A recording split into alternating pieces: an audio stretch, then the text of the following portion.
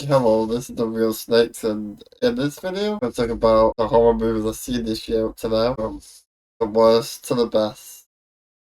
Not to say that the films are the worst things in the world, but some of them are just not worth it. But anyway, if you like this, please leave a like and subscribe. Let's begin.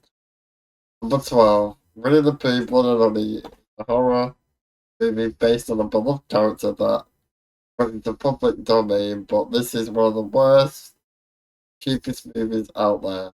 It is use Winnie the Pooh to get people to watch it so they can make a sequel. The kills are lame, I can't remember any of the characters' names except Christopher Robin. Plus you can tell he was inspired by Halloween Kills, which you can tell.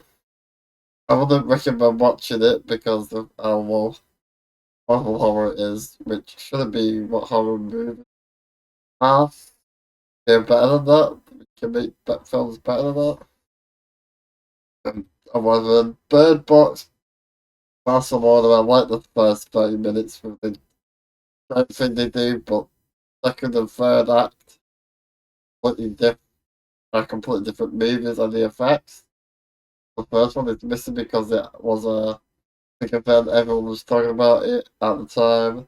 Bird Box Barcelona wasn't needed, and I don't think anymore in this world, and all the characters were likable, but it did have cool ideas. They probably didn't stick the landing. Um, Number 10, The Tank is a movie about these creatures that live in a water tank. For decades, they are blind and can have cannibals, and it's very predictable. Nothing you haven't seen before, which has been done in better movies. One that movie that comes to mind is The Descent, and about blind human like creatures called crawlers that live underground where these. You know, this movie is okay. Watch. I don't. It ain't just something easy to watch. If you have about an hour and a half, put this on, and that's why it's number 10 on the list. Number 9, Insidious 5: The Red Door is the fifth entry in the Insidious franchise that picked up 10 years after the events of 2, with a family who are much older now, and I enjoy this movie because I enjoy this movie, but did we really need another one? I have to say no. Jump scares were not scary. If they are your thing, then you'll love it. I am happy to see the family getting all like worried, but I don't like what they turned their relationship into. One, the father and wife have had a divorce. Two, him and Dalton have had a strange father and son relationship, which sucks for me because I like them in the other films. Movie has good parts with a different setting, giving it a new special special campaign, and it was Patrick Wilson's first director outing. He did a great job.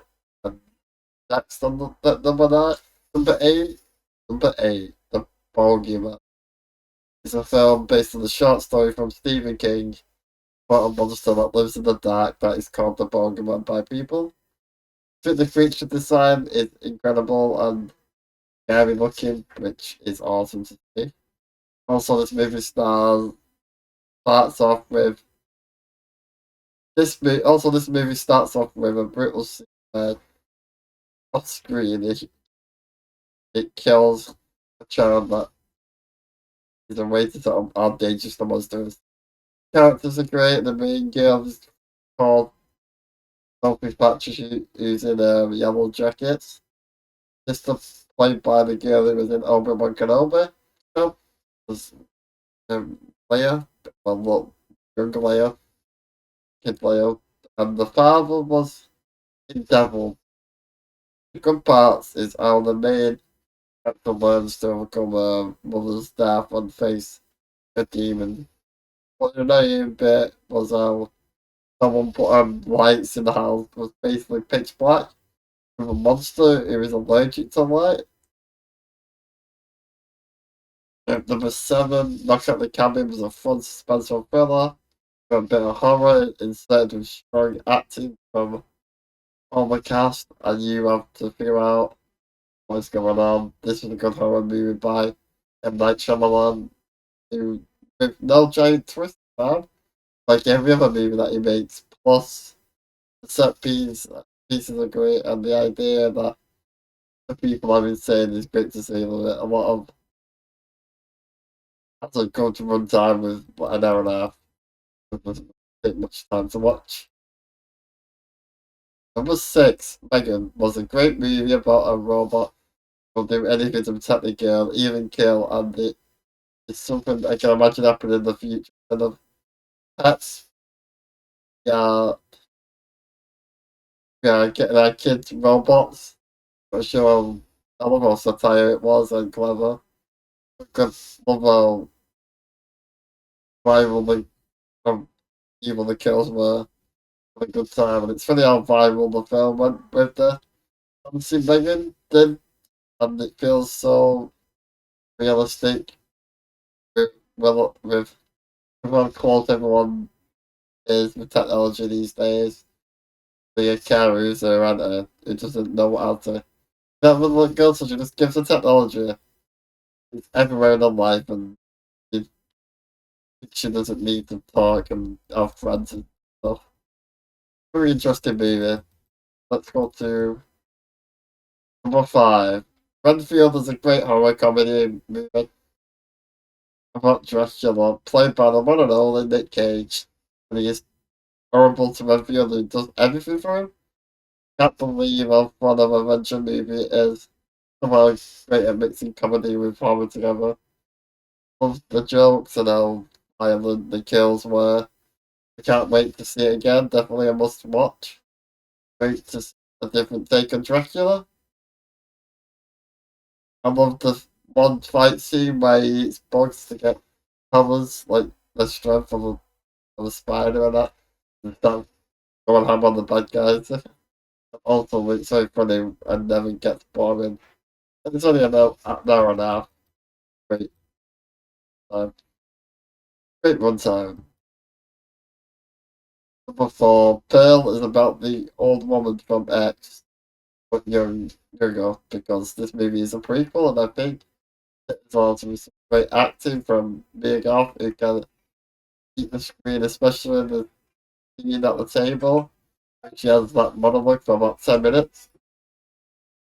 Girls are crazy, the entire movie looks incredible, with so much style. Definitely would recommend you check this out.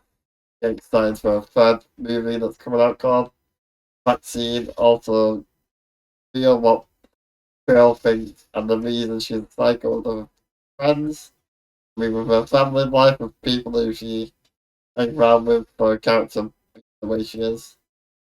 Then Scream 6 is the 6th movie in the long running franchise of Scream, with the new characters from 5. Tara, played by Jenna Ortega, Sam, played by Melissa Barrera, Indy and Mason, played by Jasmine and Mason Gooding, and OG character Courtney Cox, with many other people. This movie's in a new setting called New York, with more menacing Ghostface killer, and adds new rules and mechanics, which makes it a great addition in that world. Kills bigger and bloodier, and there isn't a movie in the franchise. I can't wait to buy this movie on Blu-ray. Another must watch. Keep saying that a lot, but anyway. Number 2, Evil Dead Rise is another reboot of the classic movies in the Evil Dead universe and the other remake, but with all new casts. And this time it's an entire family who live in an apartment complex, and after a giant earthquake, they find the book and all hell breaks loose. The story's simple, that's quick.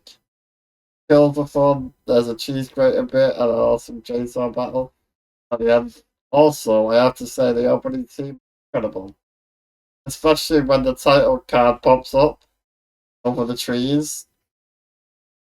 The reference to the shining with the elevator full of blood, and we hear Ashley's voice in the background of the recording. He's playing, the acting was fine and easy enough to follow and watch it. Number one, this is a great film. Talk to Me, my favourite horror movie of the year so far. Could be at the end of the year, but time will tell. But there is 4 months left. Cast felt realistic with a social media element that fits in with the time we live in. It would become a trend where everyone would want to try it.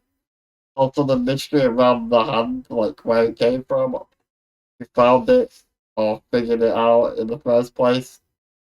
You can do so many different things with this idea.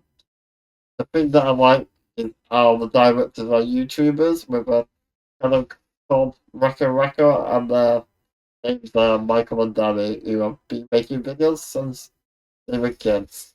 I thought it did well. I'm getting a prequel and a sequel. Big up to them, guys. Crazy jump. I'm a fan for life now, anyway. Can't wait. And this has been The Real Snakes. Thanks for watching. And don't forget to subscribe and like. See you next time. Goodbye.